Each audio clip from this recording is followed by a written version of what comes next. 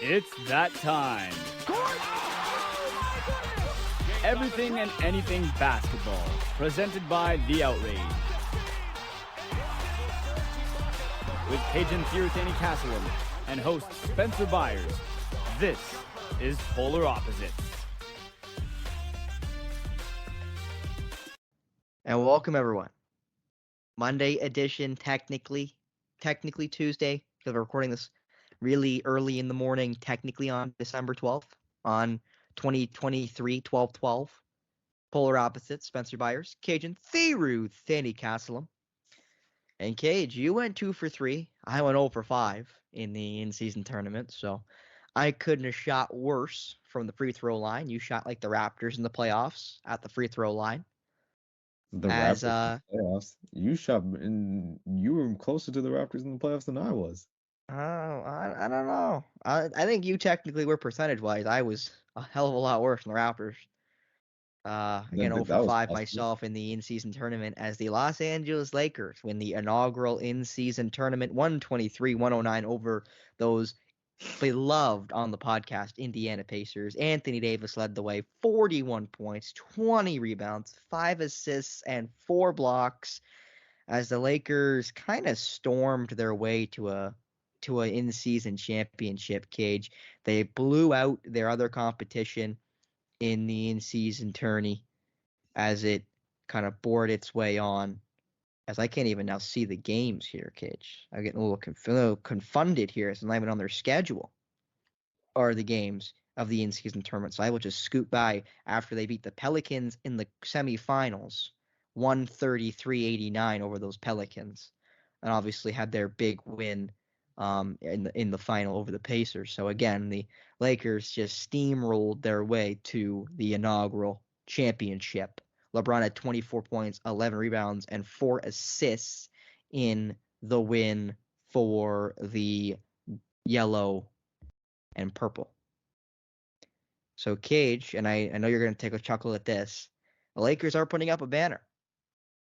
They're putting up the banner at the, I believe, end of the month are the Lakers putting up their championship banner here in the in-season tourney. And actually, I do tell a lie. It's going to be the 18th of December, which a quick look at the calendar, Cage, tells me that's next Monday. So on next Monday's edition of Polar Opposites, it'll be the day of or after they raise the unique NBA Cup banner to the rafters at the Crypto.com arena. So I guess, how impressed are you by the Lakers winning the championship with how, I'll say, old they are with LeBron and AD still leading the way for them? And then we'll let you sink your teeth into the banner discussion, which I know you're going to be so fair to those Los Angeles Lakers about, aren't you? So what'd you make there of the older Lakers and winning the first NBA Cup? I mean, the way they, with the exception of maybe the Sun playing against the Suns, they dominated. And gotta give credit where credit is due. They executed their game plan. They attacked the paint throughout the in-season tournament, and especially during knockout games.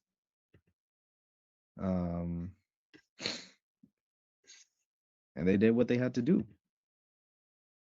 They literally did what they had to do, and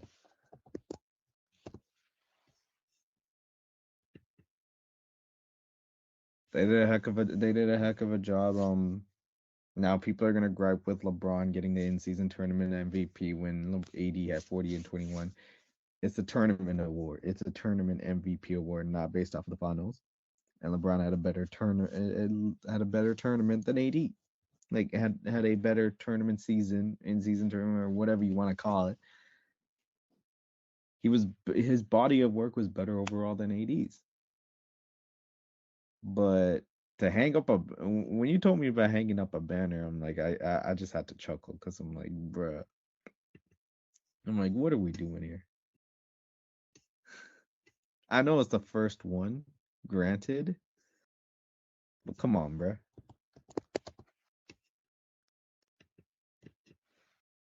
Like,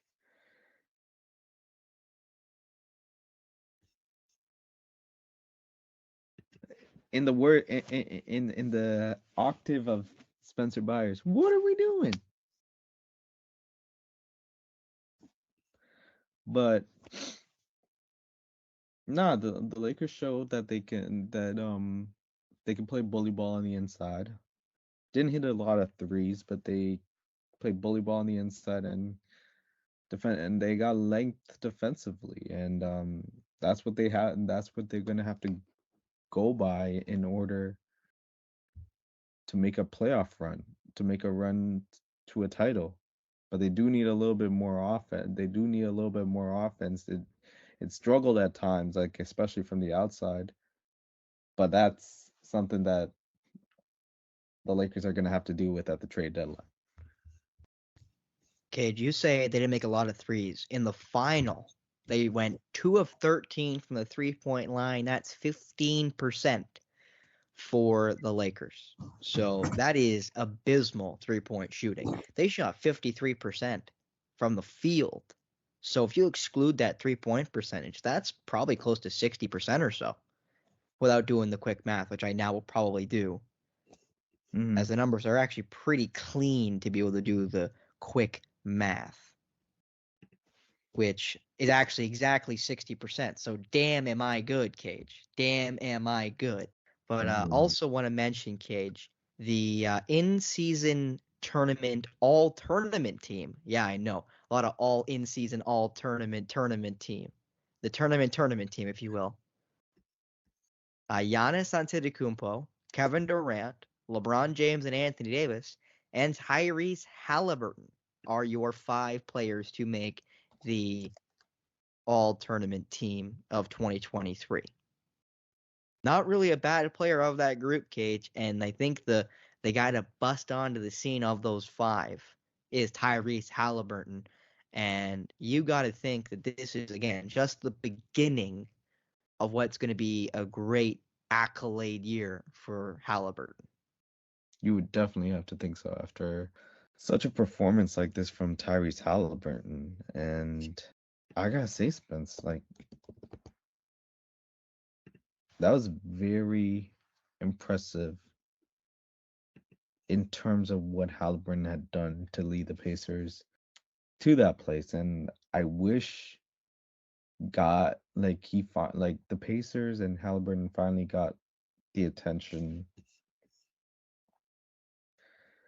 I guess saying maybe the national recognition that they very well so deserve. It shouldn't have taken the in-season tournament for that to happen, because that's just ridiculous. It doesn't need to take the in-season tournament for that to happen. But with that being said, heck of a job by Tyrese Halliburton, Miles Turner. And it wasn't just those two. Obi Toppin played well. Aaron Nesmith did a heck of a job guarding the opposing team's best players and holding it down. You talked about Benedict Mathurin just before we started recording. Man had a 30-piece against the Pistons. And then it's not like the ball movement gets any worse when Halliburton goes to the bench, because you got guys like Andrew Nemard and TJ McConnell, or as I like to call him, MJ McConnell. But these guys are talented. These guys are hella talented and are playing for each other, and that's the big thing. They're playing for each other, and I'm glad they're finally getting the recognition that they deserve. But this should have happened a while ago. But this recognition should have already been there. We're going to move backwards a little bit here in the in-season tournament. So when the Pacers beat the Bucks in the semifinals, 128-119, that was last Thursday, Bobby Portis aired out his grievances with his team and new head coach Adrian Griffin, challenging both his team and rookie head coach Adrian Griffin. And what he lamented to Adrian Griffin, I know I'm saying Adrian Griffin a lot because some of you might not even know who he is, because he was a former Raptors assistant, is in his first year with the Milwaukee Bucks, who are, You'd expect, again, championship title contenders. It's a team that expects to be in or around the title contention. Portis just wanted Griffin to be more aggressive and more concrete with the plays and the sets they were running in the late stages of that game against the Indiana Pacers, because as good as Milwaukee has been in the latter stages of games, one of the better fourth quarter teams in all of basketball, they really struggled against the Pacers in crunch time, and it cost them obviously dearly when it came to the final score. Looking at it, the last 12 minutes of the game, the Bucks shot just 2 for 11 from deep, and only shot 36% from the field, and they were outscored by 12 in that fourth quarter, which they ended up losing the game again by only 9. So it was just a bad ending there for the Bucks, and Bobby Portis wanted to make sure his team knew that it was not acceptable. Which I do think is kind of funny that a bench guy is the one making that distinction, especially with a rookie head coach who's obviously going to make mistakes in Griffin. But you can't really argue that he's wrong, He's not wrong. because not wrong. you gotta be more aggressive in certain situations, especially when you're struggling on offense in the fourth quarter in a tight game. And he did say that the players do need to execute better, regardless of what play is being called, but that Griffin's got to be more aggressive and more clear and concise with what he wants the guys to do. Yeah, like, will it draw will it draw some snickers knowing that it came from a bench player? Yes. Was he wrong? No. Like, Bobby Portis has not lacked passion. Case in point, case in point, his celebrations during the 2021 NBA Finals, and the emotion he exudes on the court whenever he makes a big play. But it's early, and I'm pretty sure this game against Chicago, in which it went to overtime, was probably proving his point, because I know Chicago's played a lot better ever since Zach LaVine went down. Kobe White's been putting up some big time numbers ever since he's taken on a more central role in the offense. But you can't be going to overtime at home against the Bulls. And I think he's referring to stuff like that, because, like, there's a ton of stuff there's a ton of stuff that needs to be cleaned up from the Bucks. Yet they're right there. Like, yet they're right near the top of the East. So it's not like they're going to be it's not like they're terrible right now. They're going through some of these struggles, like, on both ends of the floor, and yet they're near the top of the East. Fix that stuff up. And this Bucks team, I gotta tell you, it's gonna be a scary team. Now, they still gotta figure out what they're gonna do defensively with the backcourt of Damian Lillard and Malik Beasley. But Chris Middleton seemingly found his form and is playing more minutes because of it. Any championship team has got to hold accountability for themselves, and Bobby Portis is doing exactly that. Should that have even come out out of their locker room in the first place? No.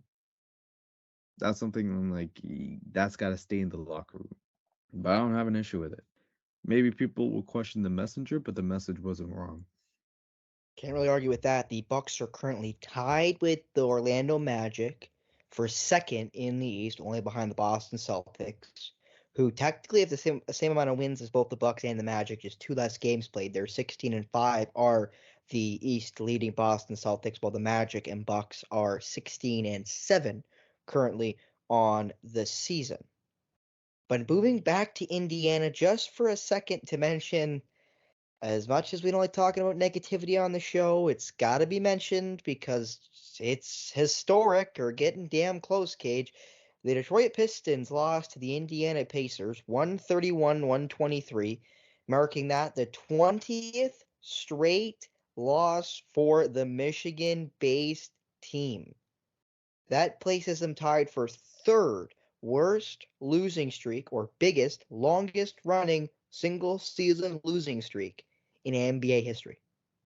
Third longest. That's single season, meaning it can't be the end of one season going into another. Those are excluded from that number. There are a couple of teams who have longer or same losing streak in that, but that's over 2 seasons, not one. So single season losing streaks, they are tied for third with as I quickly look, the 2020-2021 Houston Rockets, the 1993-94 Dallas Mavericks, and the 1972-73 Philadelphia 76ers, who appear a couple other times on this list with the single season and over multiple seasons.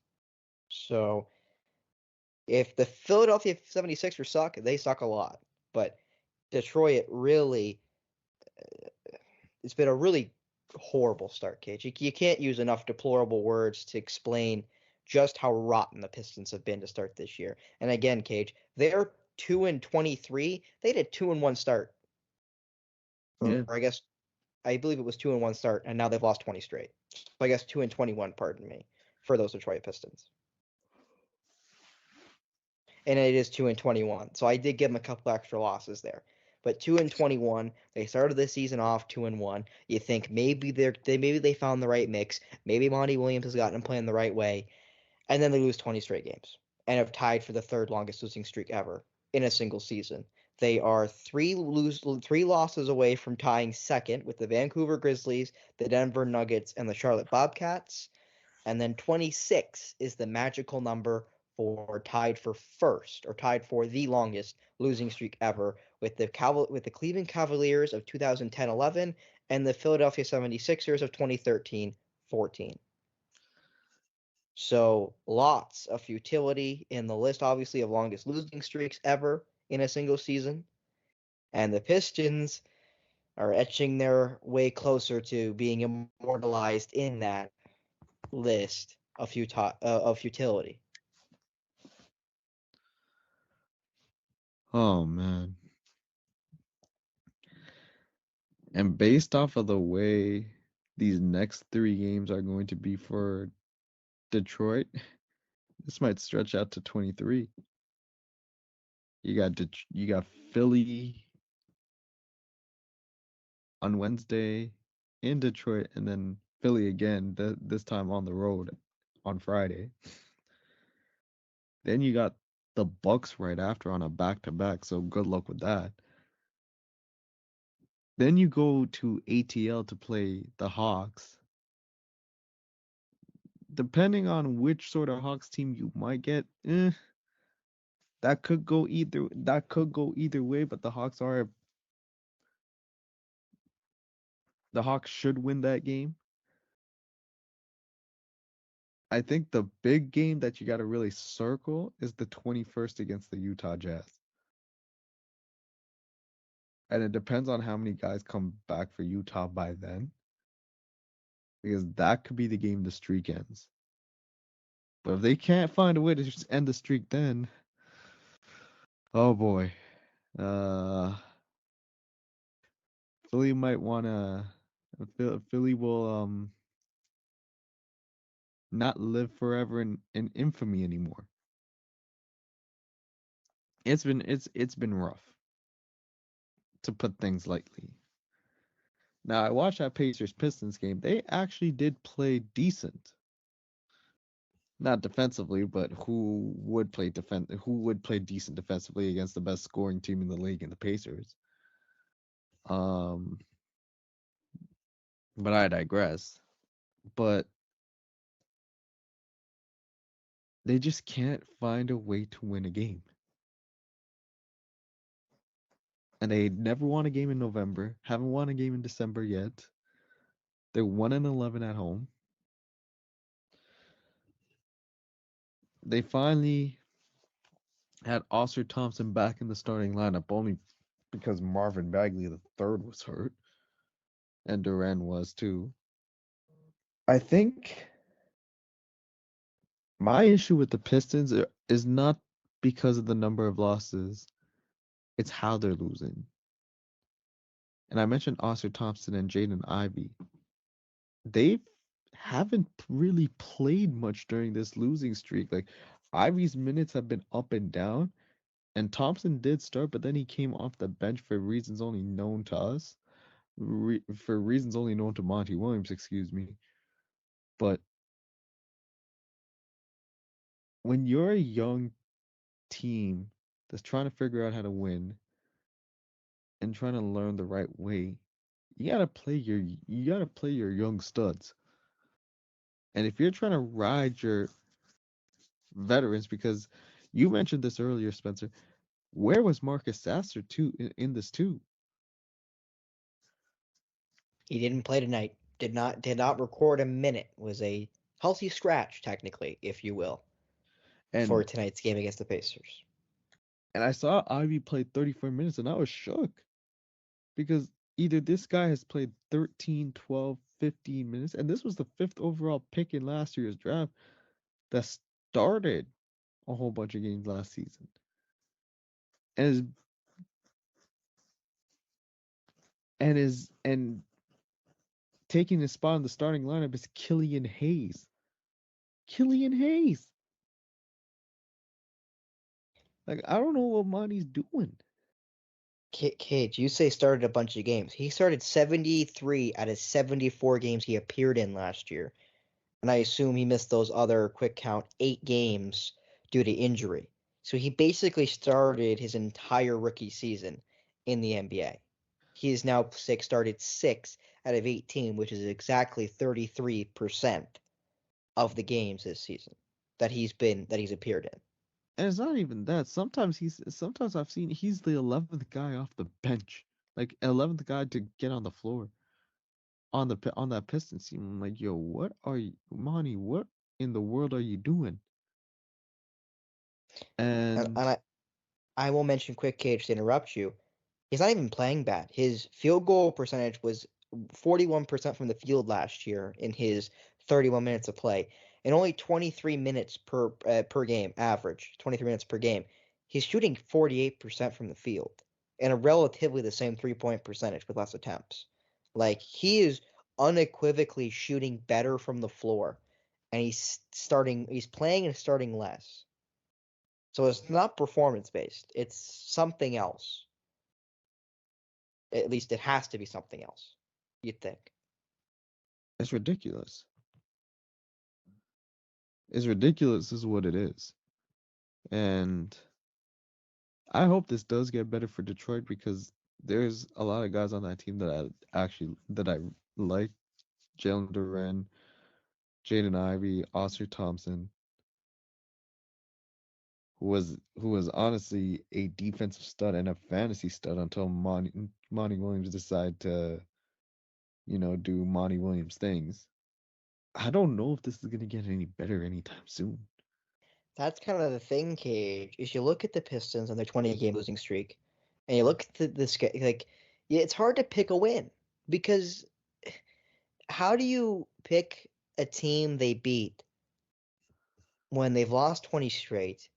They've been so bad. They've been real close in some games, but you also look at the team and go, okay, but who is their best 5 players?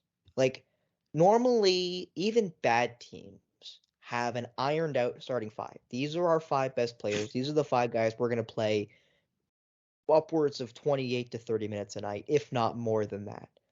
The Pistons don't have that. They don't have 5 guys. They got Cade Cunningham, I would say Oscar Thompson, and then who else?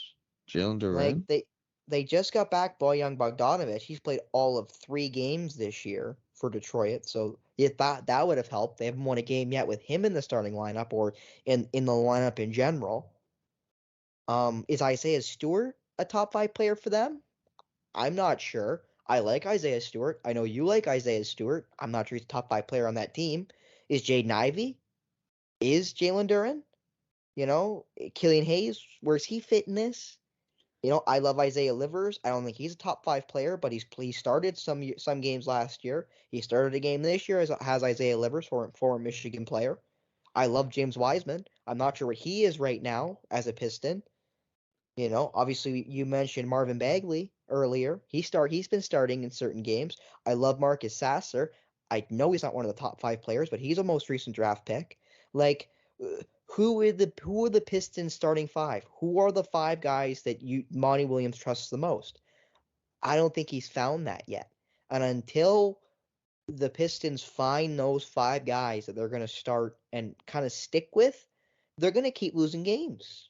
Because you can't, as much as you want to develop a lot of young guys and you want to play a bunch of young guys, those two things normally don't go hand in hand. Normally, a team doesn't play a lot of young guys and win a lot of games. It's normally one or the other. Not always, but mostly, especially in recent history. So I don't know if the Pistons need a little reset, meaning they trade a couple of the younger guys, if it's Hayes, if it's Stewart, if it's Livers or Wiseman or even Bagley. Because I would say Oscar Thompson's untouchable. I would say Cade Cunningham's untouchable. And I would think Jaden Ivey's untouchable. But as you mentioned, with the way Monty Williams has used him at times, maybe that's not true either. So I don't really know what Detroit can do to fix this, or even put the tape, on the sinking ship. But they got to find something, or they're going to be immortalized as one of the worst teams ever created. And that shouldn't be the case with this much young talent. Because Jaden Ivey is a really good basketball player. Cade Cunningham's fantastic. You and I love Jalen Duren, who was formerly the youngest player in the NBA where his birthday landed. You and I both love Oscar Thompson. I love Marcus Sasser, like Isaiah Livers. I really like James Wiseman. I like half of the Pistons team. So I want to see them win. But I don't know if this team can. And that would mean figuring out who you think is going to make it as an NBA player. If not, looking at the guys who could be superstars or stars or starters, and then cutting the wheat cutting the chaff from the wheat. Yeah. That's the problem with the Pistons right now. Like, there's no certain answer. There's no sort of like structure or like answer in place. It's just they're trying to figure things out on the fly, and it ain't working for them right now. And I don't know when that will click for them. Even if, Cage, not just when, if it'll click for them as a team. As also mentioning, and again, we hate talking about negatives here, but 2 big things have happened in the last day. It is the San Antonio Spurs. They've lost a franchise record 17th straight game after their loss to Houston, as you listened to this yesterday, on Monday, December 10th.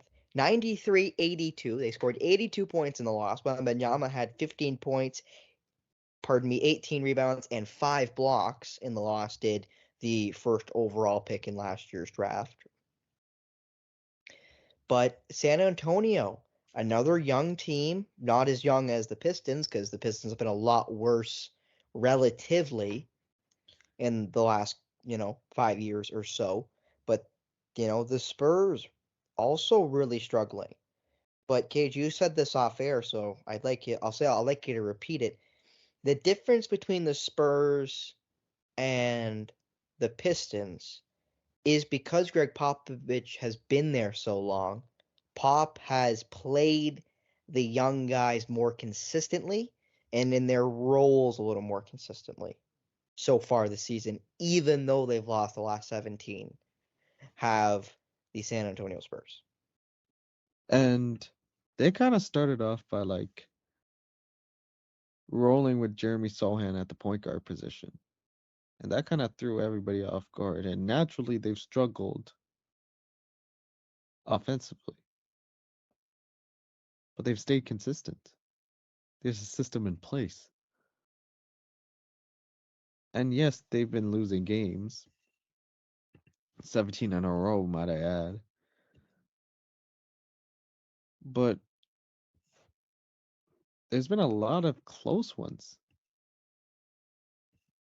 like during this losing streak. And ironically, it started with them blowing a 20-point lead to the Raptors. They've had, I want to count this, 4, 5, 6, 7, 8, 9. Out of those 17 losses, 9 of them have been by single digits. So it's not like they're getting blown out. They're playing together. Obviously, they're making mistakes because they're a young team, and the West is a bloodbath. But the difference is Coach Pop is playing the young guys. There's a structure in place. There's a system in place. They're just not good enough right now because of the youth and talent disparity and discipline to be getting wins. But they're on the right path. They got a direction. Something Detroit desperately needs. So I know this is going to get better for the Spurs. Maybe not wins wise, because oh man, they played the Lakers twice. After that, the New Orleans and Milwaukee, Chicago, Dallas. This gets interesting. Utah, and then 2 games against Portland. So we were talking about Detroit, like San Antonio getting closer and closer to that goal, to that infamous 26 game losing streak there. But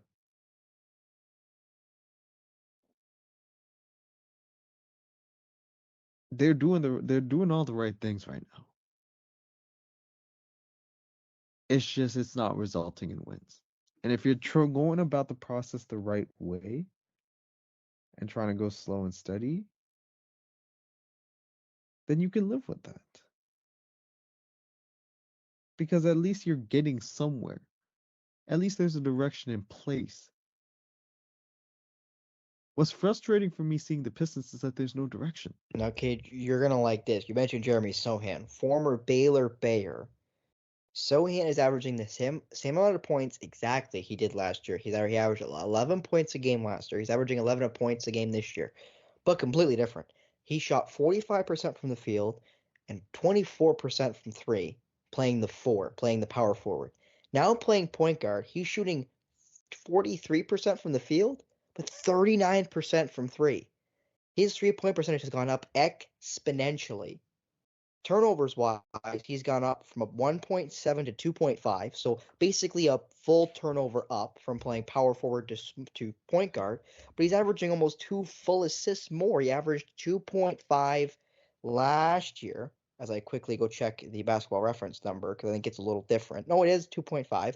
So 2.5 assists last year to 4.2 assists this year as the point guard for the San Antonio Spurs. So Sohan has done a really good job of acclimating to his new role with the Spurs, which you got to think rather admirable for a guy that wasn't a great scorer in college with the Bears, and wasn't a guy that averaging 1.8 assists in college for the Bears in his 1 year at Baylor as the 6th man, winning the 6th man of the year in the Big 12. Wasn't really his game, was passing the rock. Now he's the facilitator to Victor Wembanyama, and has done, relatively pretty damn good job. And again, as a Really is. second-year player, former first-round pick, 9th overall. It really is. There's stories like that. Keldon Johnson has found is still putting up points. Devin Vassell's doing his thing. Trey Jones has provided a playmaking lift off the bench. Malachi Branham has shown some spurts. But the biggest thing is they're playing their young guys. And they're showing growth. When you give young guys opportunity, they will grow. And that's why I don't mind this losing streak from San Antonio, because they're doing the right things needed to grow that team into an eventual contender. But they're young. And they need time. And that's been known. And that's been known that the Spurs, even with Wembanyama in the fold, need time to grow. And they have grown, even if it hasn't resulted in wins yet. Sticking with the NBA and moving over to a team we've talked about quite a lot recently, Los Angeles Clippers. They've won their last 3. Actually, make that last 4, including tonight yesterday technically against the Trailblazers. They play again tonight, Tuesday, against the Sacramento Kings, at least at home at the Forum. But they've won 4 straight this month. They're undefeated in December, beating the Warriors, the Nuggets, the Jazz, and now the Trailblazers as they play the Kings again tonight. They play the Warriors again on Thursday. So again, the going don't get any easier for LA, the Clippers at least. But, they've been able to win the last couple of games.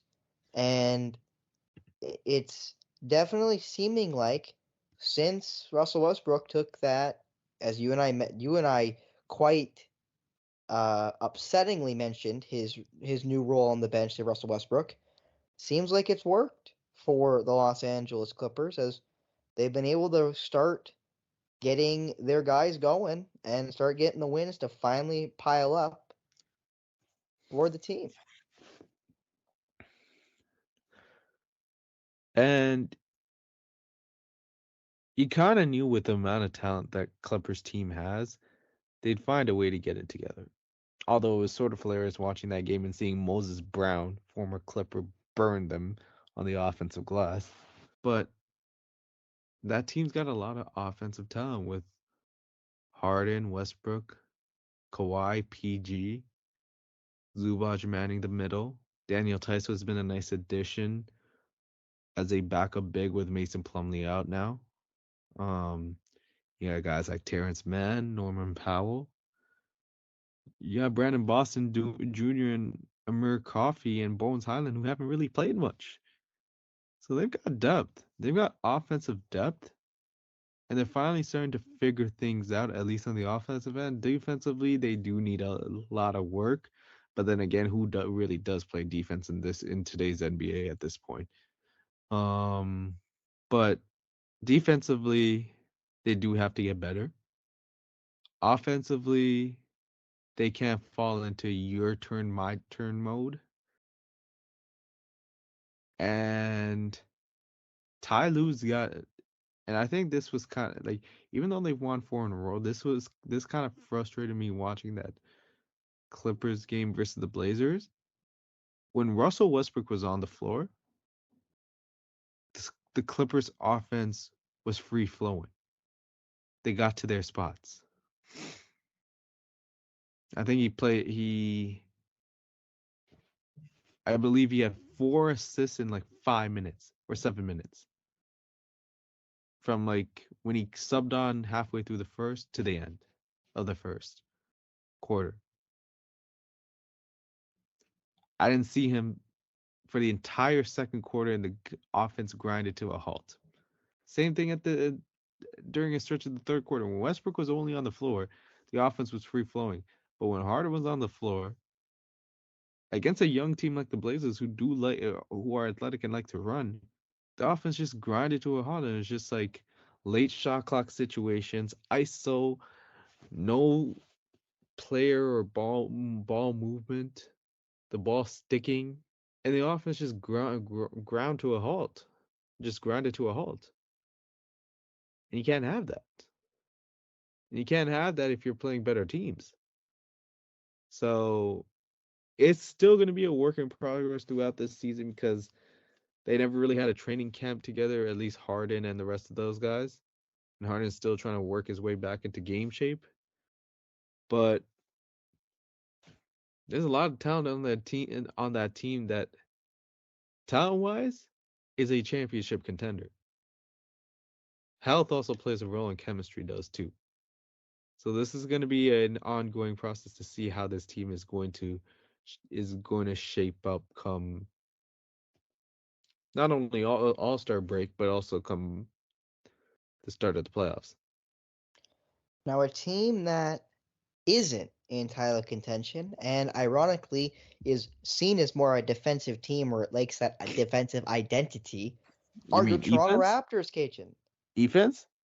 No, the Raptors try to play defense. It's been their identities for quite a while now, I think. Well, now, But anyway, they play defense now. well, I guess you can complain to your new head coach Darko Rajakovic. But again, your Raptors haven't won a game yet in December. They've lost their last 4 games, again, all in December so far this month. They play their next 4 games at home, 2 straight against the Atlanta Hawks, then host the Charlotte Hornets, who've already beat them this month, and then end the homestand against the Denver Nuggets. So we'll see what the Raptors can do in their next 4 games. But again, have lost their last 4. They're 6-6 at home. Are the only Canadian team in the NBA. But more reports coming out about Siakam and Anunoby. Are they going to get traded? Are they on the block? Teams have been calling for both OG and Pascal for the past God knows how long, Cage. At least probably 6 months, you'd think. But apparently talks have again sort of heated up for the Toronto Raptors as they, try to find a way to improve, I would say, because I think Masai Ujiri, team president, thinks that this team is a contender or wants them to be a contender, but I don't think the team is a contender, Cage. I think you're also on that boat of they are not a contender, and Masai needs to pick a direction with this team truly, because he continues to sort of hedge between retool and rebuild, and you can't hedge. You got to pick one, and his team has suffered for it in that time. A lineup change needs to happen. And Darko Rajakovic has tried some things, but one thing that he shouldn't really be trying is the four bench players and Scotty Barnes. Like, that does not make any sense to me whatsoever. With Gary Trent Jr., Malachi Flynn, Precious Achua, and Chris Boucher, where's the shot creation? Where's the ball handling? Where's the playmaking? Where's the consistent playmaking? And I think a lineup change needs to happen. I actually agree with what you said earlier. Have Barnes start at the point and have Gary Trent Jr. start. Maybe that'll jumpstart his offense. He's really struggled this season mightily. And I mean mightily. So maybe that gets him off the schneid, knowing that there's going to be a little bit more spacing that he could provide in that starting lineup, and a lot more room to operate with Scotty at the point. You're right, Masai needs to pick a direction. Worst case scenario would be what happened last year, when you hung on to Fred VanVleet for too long, and then he leaves in free agency for nothing. Last thing you want to do, and this would be so catastrophic, is for the same thing to happen to Pascal Siakam and OG Anunoby. Losing them both for nothing would be nothing short of malpractice. So, yes, this is a new system. Yes, there's a new coach in place, but you gotta pick a direction. Right now, what's going on during this stretch of basketball isn't it? Because for a team that's supposed to be a defensive-minded team, they do give up a lot of points, especially in the first quarter. There's no way a team like the New York Knicks should be dropping 136 points on your dome. There's just no way. A Tom Thibodeau-led offense scored 136 points. Like, that can't happen. This team's got way too much talent defensively for that to happen. And you gotta wonder, Spence, like, will a lineup change happen? Will a trade happen? Should a trade happen? Like, there's a lot more questions than answers for this Raptors team, and it's very frustrating because it's kind of like Detroit. They do have 5 guys in place, to a degree, but not really much of a direction. And me being a Raptors fan, it's just been kind of frustrating. Like it's gotten to the point where it's like I'd be watching any other game but the Raptors. And ironically, I work at Raptors games. So maybe that might be just fatigue, but still, there's not only changes that have to be made in terms of both sides of the ball, because offensively they seem to play a lot better in this one against the Knicks, but they got to bring but consistency has to be there. The effort has to be there on both sides of the ball, especially defensively. And maybe there's a lot of guys that are playing in new roles that like there might be some growing pains, but it just hasn't been pretty to watch by any sort of means. And the longer this losing continues, you gotta think like you gotta find some pieces back for Siakam and Anunoby, because unless you get the go ahead that they're gonna re-sign here, you don't want to take that chance at all. And it's take that chance again because of what happened with Fred VanVleet. Yeah. Granted, kind of glad they didn't pay Van Vliet as much as what he got, but still. Now, one player, Cage, I want to mention, who we have openly gushed about, I have openly gushed about on this very show, on this very podcast, who's played one game for the Toronto Raptors. He had 2 points, 2 rebounds, 2 assists, and a steal, no turnovers in 4 minutes of game time. He apparently has a rib injury. I'm not sure what that's from, but apparently he's out right now for the Raptors, quote unquote. Hey, Cage, I want you to guess who he is. Now, it's not going to be a Scrabble board. We'll do that on a Thursday. He's played 5 games in the G League, Cage. 5 games for the Raptors 905.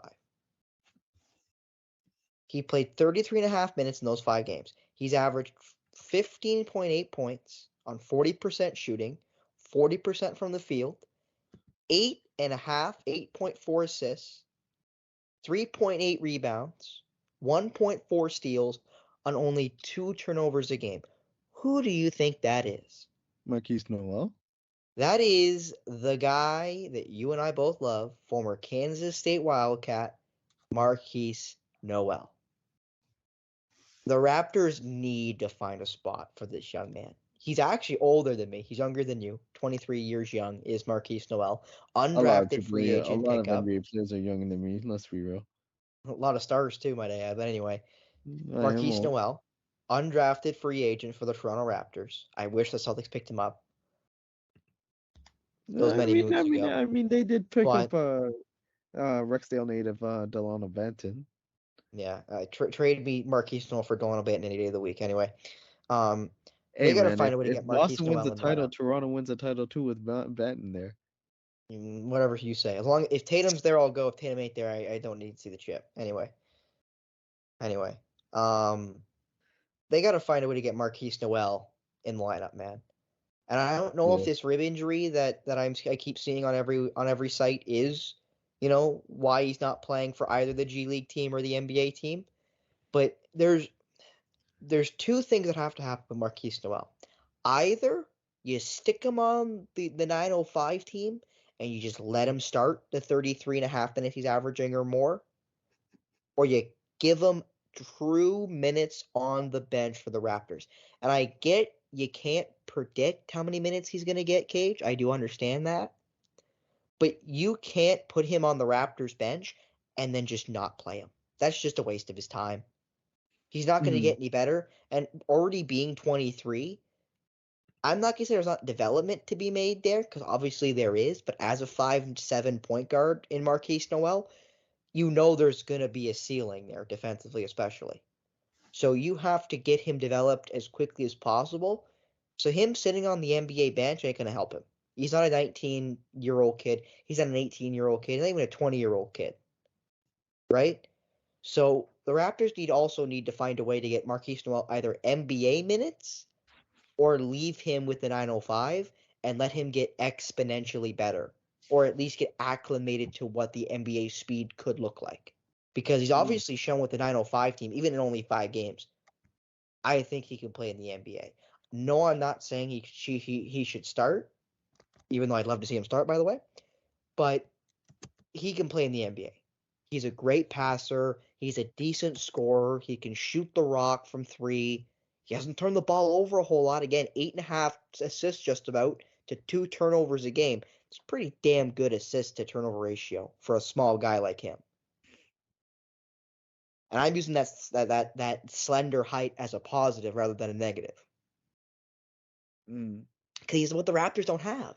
The Raptors don't have a pass-first guy. They have a lot of passers, like they're passing the rock as a team more. But Marquise Noel, don't make no mistake, is a pass-first point guard. His shooting is a afterthought. His shooting is a side dish. His passing is the turkey at Thanksgiving. His scoring is the potatoes, which would be my turkey, but regardless, is the cranberry sauce, is the stuffing. Mm-hmm. It can be your meal. It can be, the main course, but it isn't for him. And I'd love to see him get more time with the NBA team when he's fully healthy, or just stick him with the 905, and Cage and I can make the trip over to Mississauga, that disgusting building they play in, and we'll go. What the We'll go see him Paramount, play. the Whatever the Fine Foods, blah blah blah, where the the Steelheads fine play arena suck. that's a Paramount Fine Food Center, Yeah, where the garbage Mississauga Steelheads the play. great Paramount Fine Food Center. If Marquise, and I'll say this, mark my words, Cage, mark my words.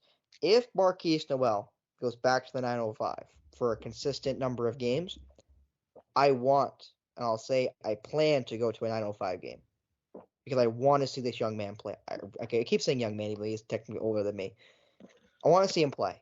I saw him play on TV for Kansas State when I was watching some March Madness games. I fell in love with Kansas State's story. I fell in love with Coach Jerome Tang. I fell in love with Marquise Noel and obviously Keontae Johnson with his own story from Florida, having the cardiac arrest, sitting out 2 years at Florida, transferring for his final NCAA eligibility year, playing for Kansas State with Marquise Noel, and being able to have a Sweet 16 run. That's a great story. And I loved every second of it.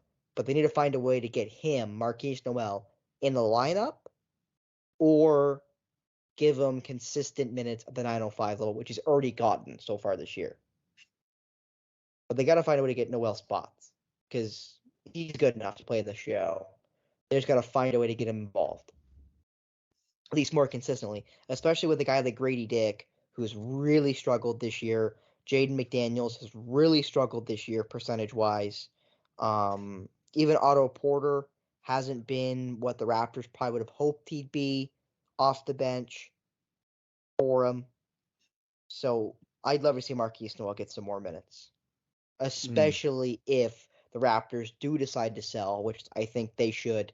I will, I think you'll agree with me on that, Kate, that the Raptors should probably try to get max value for Siakam and OG, as good as players as they are, but this team is not going to win with them on the team.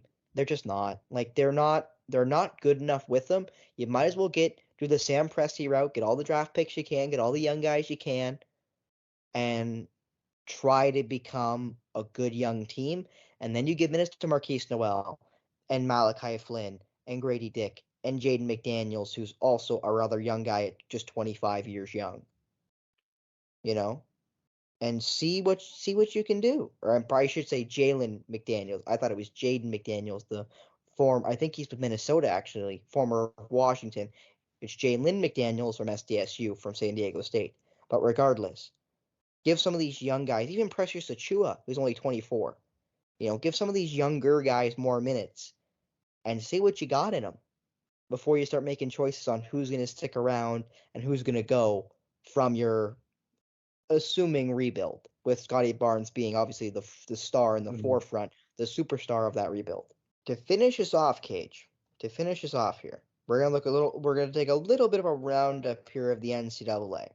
So for the women's, since we last spoke, the only big games happened on Sunday, December 10th, and were there some big games, Cage? UCLA, number 2 in the nation, They beat Florida State, who's number 20 in the nation, 95-78. That would have been a great game to watch. Sadly, I was working. Ohio State, they beat Penn State, the Big Ten rivals. 12 Ohio State beats 25 Penn State, 94-84. That was in overtime. Yep. Now the big one. South Carolina, stay perfect. 78-69 win over number 11 Utah. Easily their biggest game of the year for the Gamecocks, and they do come out on the winning end. And man, Utah came after them with everything that they got.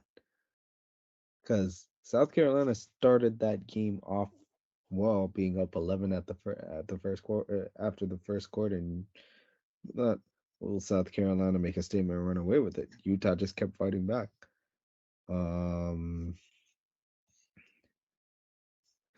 Utah just kept fighting. They just kept fighting and fighting and fighting back. Alyssa Peely had a big time game.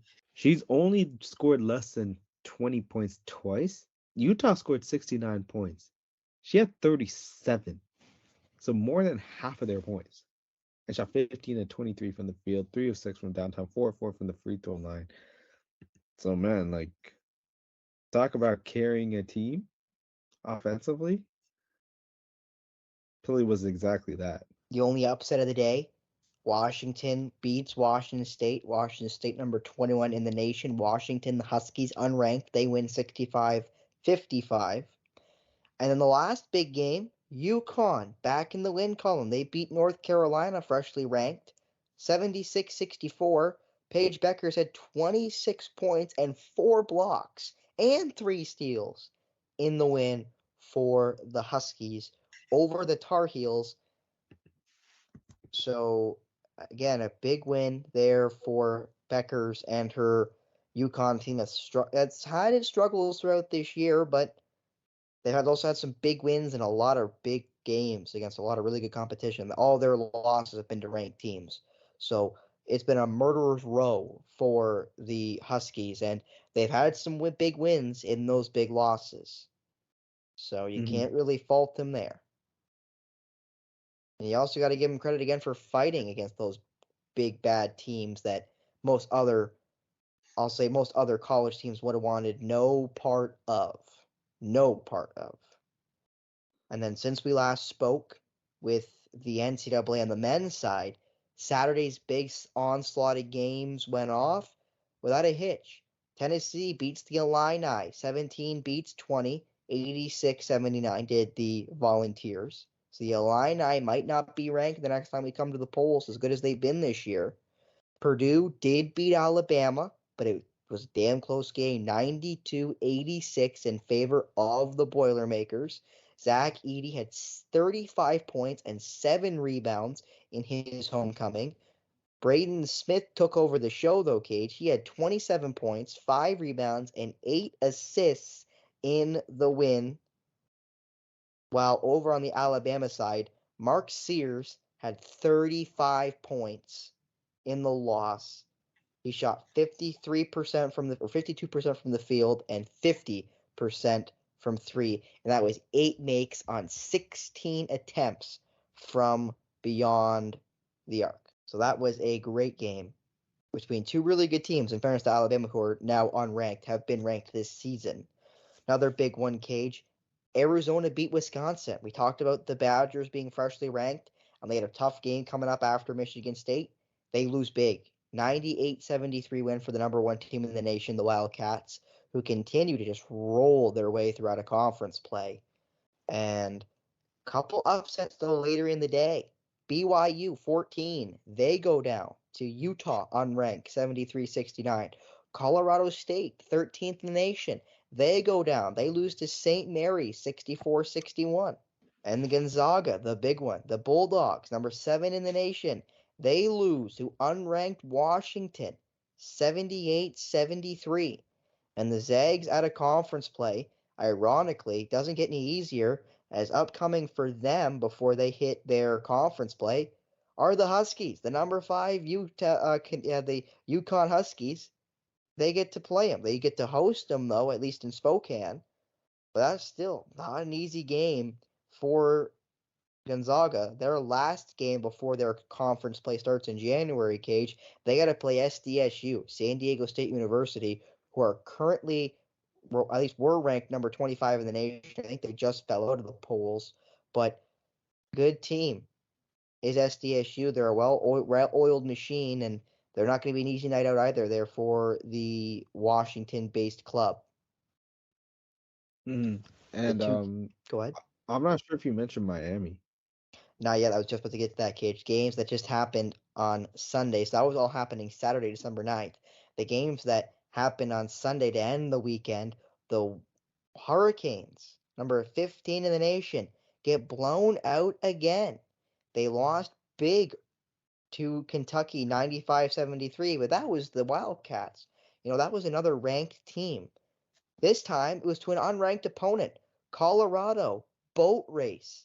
The Hurricanes, and this game was at the Barclays Center in Brooklyn, 90-63 win for the Buffaloes. Dominated the second half, did the Buffaloes, 53-27 second half in favor of Colorado. So Miami go down again, and then Texas A&M, who are 21 in the nation, they go down to Penny Hardaway and the Memphis Tigers. Before I mess that up, the Memphis Tigers get a big win at a conference to add to their 7-2 start to the season, who have been in contention to get themselves ranked in the AP polls. I will now mention in the most recent AP polls that were released technically yesterday, as you listen to this, the big risers, unranked, were Northwestern, Virginia, and Wisconsin, as I mentioned, up to 23. Virginia up to 22. Northwestern up to 25. Miami drops from 15 to 24. Other big droppers, Texas drops from 12 to 19. BYU from 14 to 18. Colorado State from 13 to 17. As then looking at the risers, Oklahoma, undefeated 9-0 start. There went from 19 to 11. Tennessee from 17 to 12. Clemson, also undefeated. They went from 24 to 13 in the most recent AP poll, as basically the top 10 really unchanged. Gonzaga fell from 7 to 10. Creighton jumped from 10 to 8. And then everyone else kind of stayed pat with a couple spots here or there kind of shifting around. But the men's poll from basically 11 down had a lot of movement and a lot of big movement, with, again, Clemson jumping the 11 spots from 24 to 13. And the scary part is it's just going to continue, because we thought the upsets were big last week. This week it's just been all over the place as well. And it's kind of sort of looked like last year's March Madness tournament, in which we saw the expected teams kind of bow out early. I was going to say, Cage, as you say that, this coming week on Friday, December 15th, we'll probably preview it on Thursday's edition. The UConn Huskies play Gonzaga, as I mentioned, 5 play 10 with the most recent AP poll. Number 5 in the nation, UConn play number 10 Gonzaga. Then on Saturday, December 16th, you've got the LSU Tigers men's team, who's mediocre. They get to play the Texas Longhorns. As I quickly look through some other games that I think will be interesting, Indiana, the Hoosiers, 7-2 start this year for the Hoosiers. They play number 2 in the nation, Kansas. And that is in Indiana. That is at home for the Hoosiers, so Kansas got to go to Indiana. Another big game, Cage. The number 6 in the nation, Baylor Bears, undefeated Baylor. They take on the 4-5 Michigan State Spartans. That's not at Michigan State, though, but it is in Michigan. It's at Little Caesars Arena in Detroit. So it is technically still a home game for the Spartans, as their rough start continues for the preseason number 4 team in the nation. So the Spartans still, are on upset watch, even at 4-5 to start the year, especially against the number 6 in the nation, Baylor Bears. Texas A&M, who just fell out of the top 25 polls, they get to host Houston. The number 4 Cougars make their way to, I believe it is, College Station in Texas to play A&M. And it's actually in Houston at the Toyota Center, but the listed home team is A&M. but that's going to be basically a home game for the Cougars. Again, it is in Houston. It's at the big arena. And then Memphis. I mentioned they had a big win before their most recent AP poll. They got another one. They play Clemson. But Clemson's got to make their way to Memphis. So Memphis got another chance to claim another big upset and get their way into the top 25 poll. And then, Cage, we get the spicy games on Saturday, December 16th. Number 1 Arizona take on number 3 Purdue Oh boy. in a game that it's going to be cataclysmic. The game is in Indianapolis. So it is a home game for Purdue against the undefeated Wildcats for what you'd think would be the number 1 spot in the nation for the winner of that game. Sorry, Kansas, but the winner of that game is going to be the number 1 team in the nation, regardless of if Purdue ends up beating the Wildcats. Another big one, Cage, that I saw as my phone decides to glitch out on me. The number 9, I believe it's number 9 North Carolina, the Tar Heels, they get to take on, I'll say an arch rival, but a rival nevertheless, and I believe it is Kentucky. Yeah, it is. Number 9 North Carolina. The Tar Heels play the Kentucky Wildcats. The Blue Bloods go at it, and that one's in Georgia at State Farm Arena in A-Town. So another big ranked-on-ranked game. And then you go down even a little bit farther, Cage. Alabama unranked, but again, good team. They play Creighton in Omaha, Nebraska. I believe that technically would be a neutral site. But regardless, big games all around on the men's side of the pool this coming weekend. So again, if you're kind of thinking about watching some college basketball, highly recommend it, especially you, Cajun. Highly recommend it. As over on the women's side, Marquette play Creighton, 19 play 20. That happens tomorrow, as you listen to this on Wednesday, December 13th.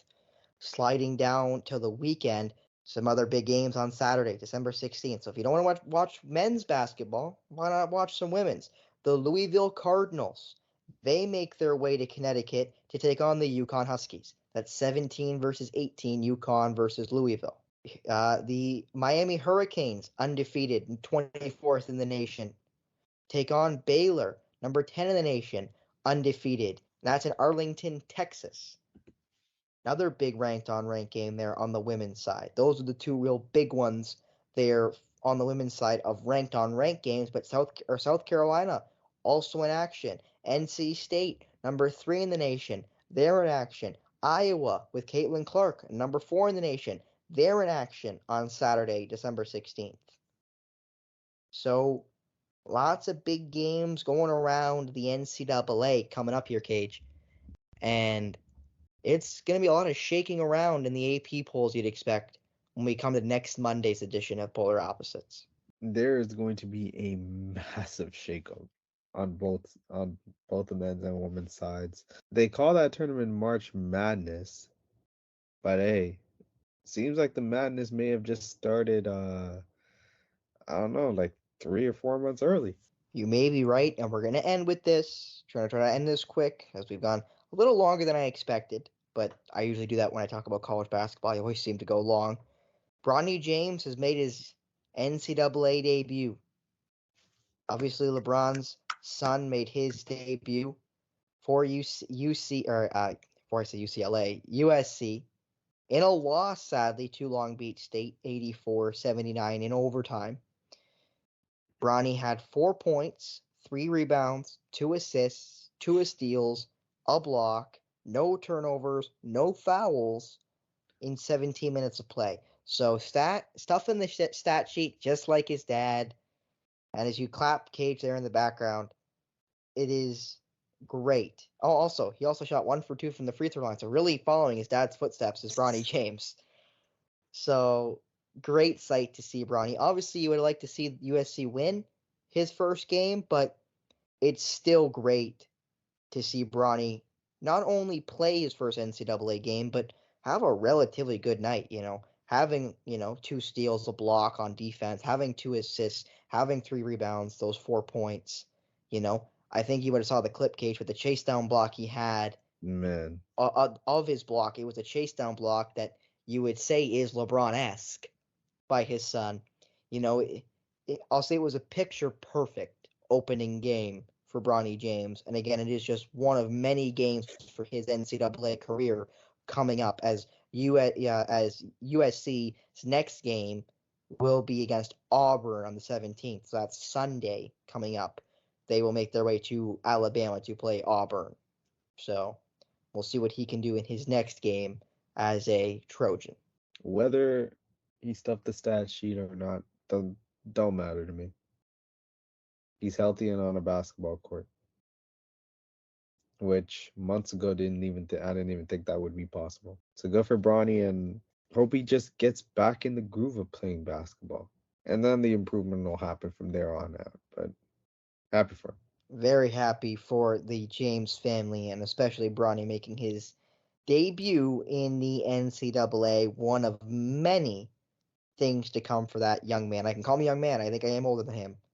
For that young man in the NCAA and for the USC Trojans. So his first game sold out against Long Beach State. I expect that will be a common occurrence for the son of LeBron James.